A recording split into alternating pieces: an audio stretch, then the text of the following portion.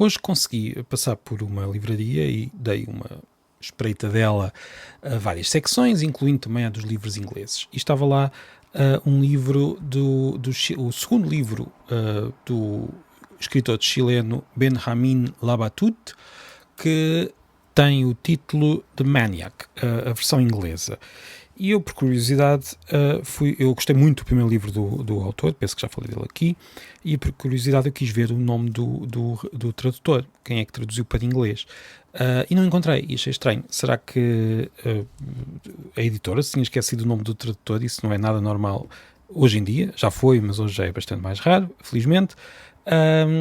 E acabei por investigar um pouco e percebi que ele escreveu diretamente o livro em inglês. O primeiro livro foi escrito em castelhano, o segundo foi escrito diretamente em inglês e depois traduzido para a sua língua. Acontece por vezes, é normal, não é caso único de um escritor que escreve numa língua que não é a sua primeira língua.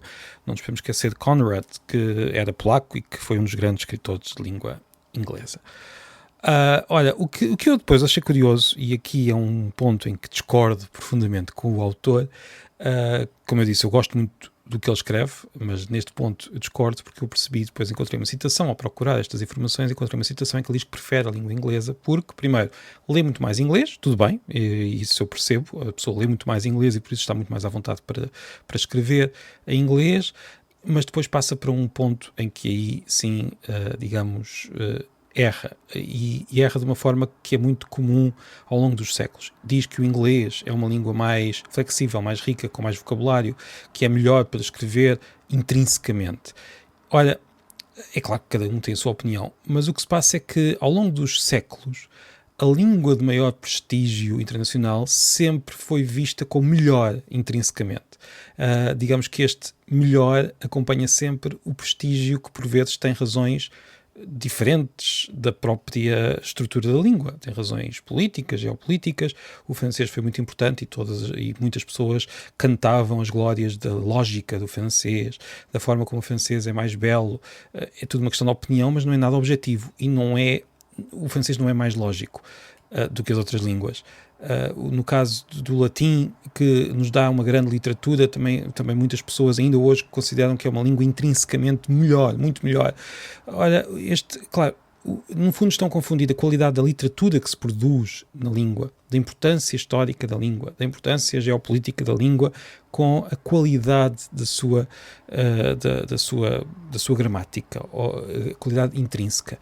Por vezes, quando perguntamos, então, mas por que razão é que esta língua é melhor que outras? Tem casos. Os casos são quase uma matemática, um xadrez da língua, como é o caso do latim, por exemplo. Ora, nós temos línguas como o basco, que ainda tem mais casos do que o latim, e, no entanto, as pessoas não dizem que é uma língua que é mais lógica ou que consegue treinar o cérebro, porque simplesmente não tem o mesmo prestígio. Portanto, temos de separar a qualidade da produção que se faz numa língua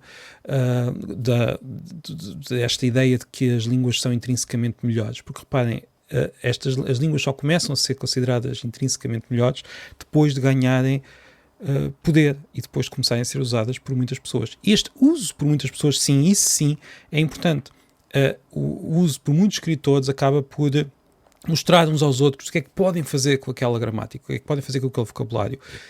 O facto deste escritor chileno, do Labatut, ter lido muito inglês, claro que influencia as suas próprias capacidades nesta língua, e é bem possível que ele consiga escrever muito melhor em inglês, porque lê muito mais inglês do que espanhol, segundo o que ele próprio disse. É o que eu estou apenas aqui a dizer o que ele disse.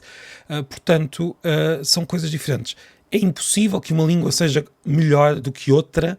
Impossível não é, mas quando nós começamos a esmiuçar os argumentos, vemos que, no fundo, lá por trás está sempre esta confusão entre o prestígio e o uso de forma muito intensa da língua com as próprias características da língua, do vocabulário, gramática e por aí fora. E esta confusão acaba por levar a este fenómeno, como eu disse, muito comum, em que a língua que por acaso tem mais importância em determinada época é sempre a língua que é cantada como sendo a melhor lá por dentro, no motor da própria língua.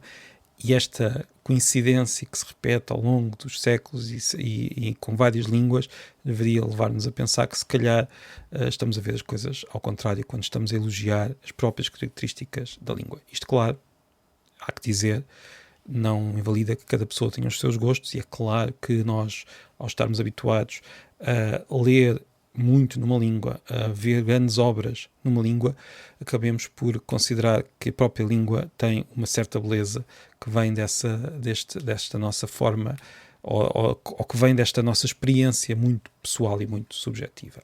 E pronto, foi mais um episódio da Pilha de Livros. Vemo-nos para a semana. Obrigado.